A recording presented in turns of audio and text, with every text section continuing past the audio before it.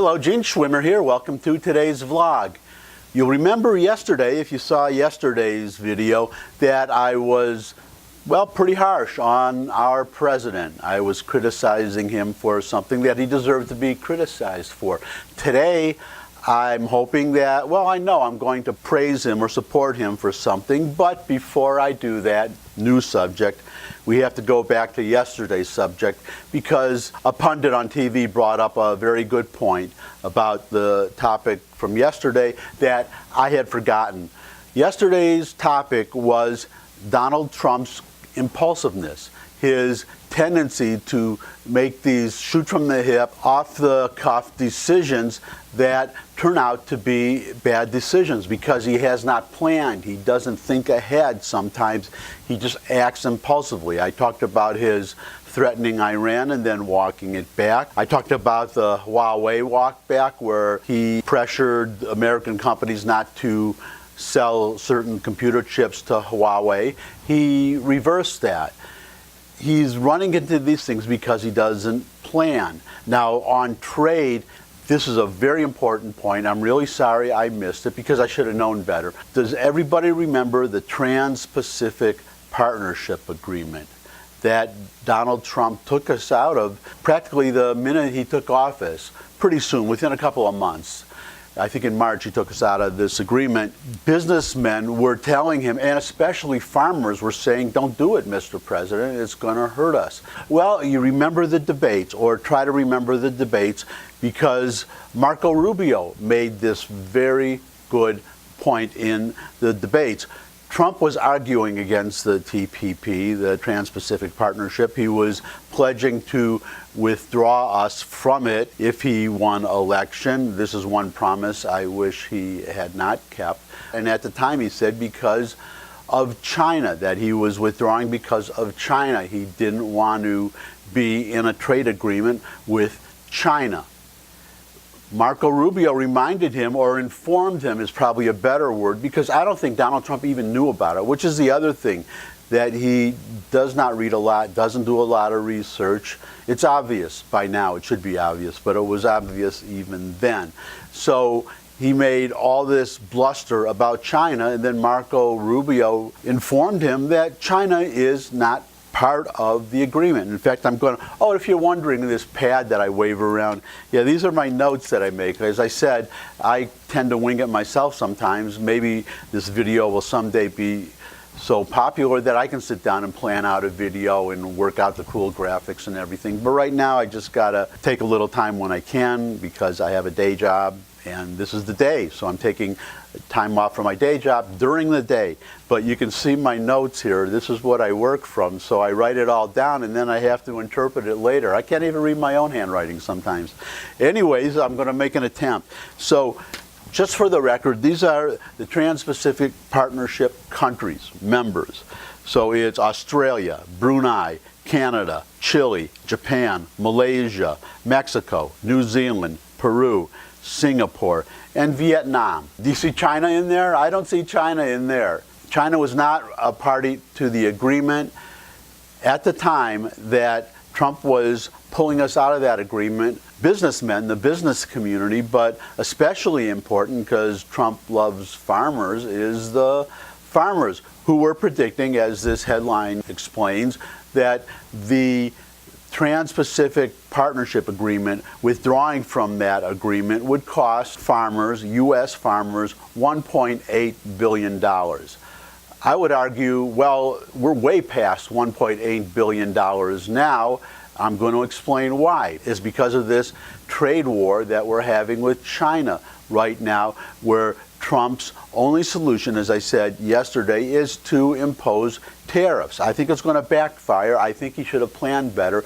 There are other ways, as I said yesterday, such as not allowing Chinese students to study technical subjects in our universities. That would hurt them because it is these Chinese nationals, they're the conduit by way of which China is stealing a lot of our technology. So if we don't let them study, that protects us and it hurts China. But it brings up another problem I'll have to talk about in another video, is how do you replace the Chinese? Because our educational system is so bad these days that there aren't enough Americans to take these Chinese workers' place. But as usual, I drift off subject, so let's get back to the TPP. The whole point of the TPP is in this dispute with China. It's us versus China. Had we stayed in this agreement, it would be the United States and 11 other countries against China. We would have had so much more leverage had we stayed in that agreement. Now, about the agreement itself,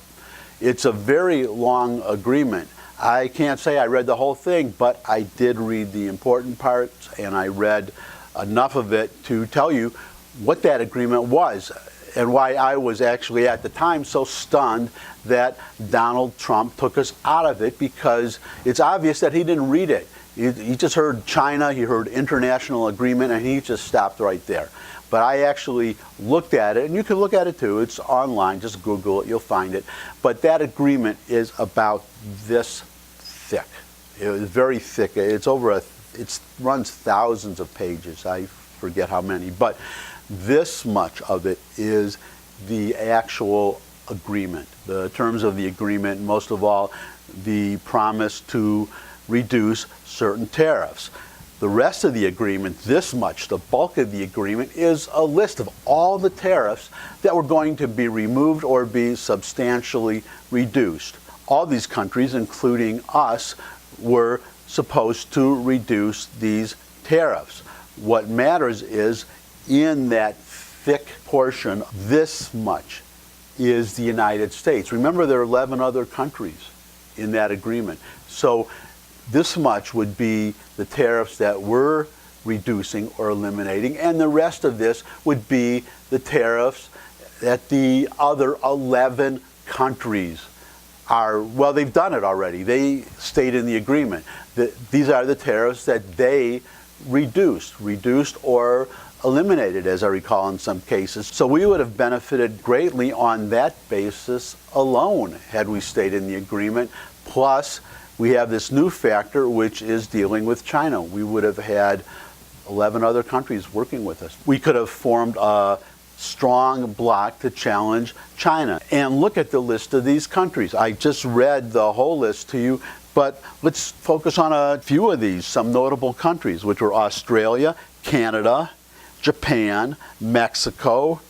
Those countries alone could make a significant impact, or they could have made a significant impact on China's behavior had we stayed in that agreement. So I'm not going to beat a dead horse like the Democrats are beating the dead horse of the Mueller report. It's just another example of Trump's failure to plan, his impulsiveness, his shooting from the hip, and just not being careful.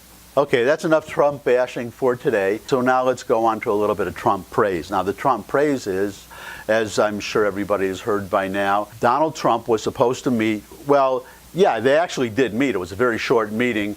Donald Trump, Nancy Pelosi, Chuck Schumer, Chuck and Nancy, they were supposed to meet to discuss an infrastructure plan, which Donald Trump is gung-ho on doing.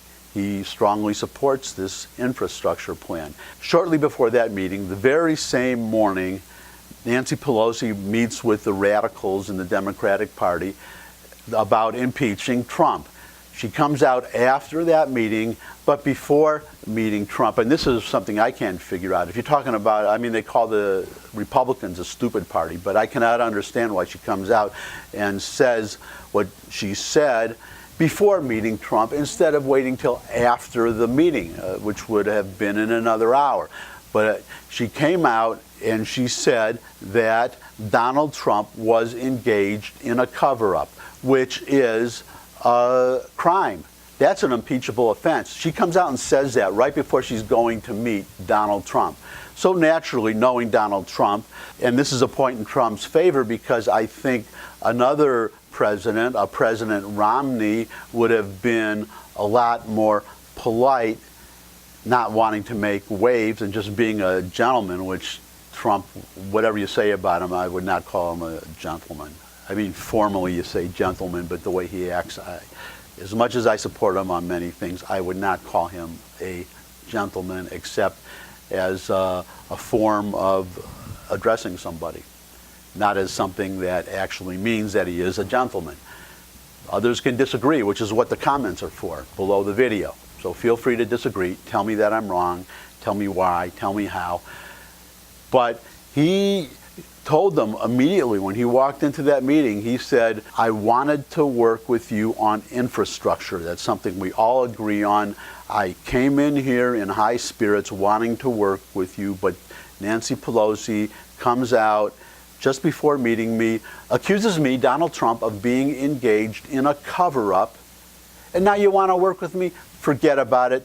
Those days are over. We cannot, as he put it, work on two tracks. If you want to investigate me, then you investigate me. If you want to work on infrastructure and immigration and many other things that this do-nothing House of Representatives should be working on, then let me know, but you can't do both. So if you're going to do your investigations, finish those, and then we can talk about infrastructure and these other things. And he walked out, which is exactly what he should have done. So kudos to you, President Trump. You did it right. It's good to be tough. This is how I like to see you, when you are tough for the right reasons. And this definitely was a right reason. That's it for today. I'm going to end it for today. Well, thumbs up if you liked the video. It's odd. I do this so many times, every video, and I always forget. And I stumble over it. But, well, start over. Thumbs up if you like the video.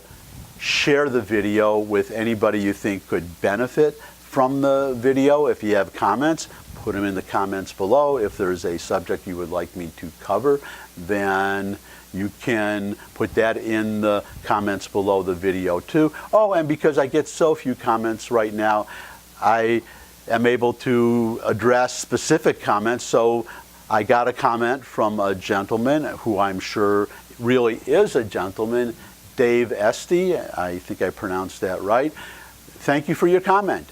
I hope other people will comment too, or read Mr. Esty's comment and agree with him or argue with him. I want to hear what you think. You're hearing what I think. I want to hear what you think. And finally, well, not finally, penultimate, second to last, finally, if you have a Twitter feed and you're on Twitter, why not tweet the URL to my video or to my whole channel, and then invite your followers to retweet also. That would be wonderful. I would appreciate that. And finally, this is the real finally, subscribe. You won't miss a video. That's it.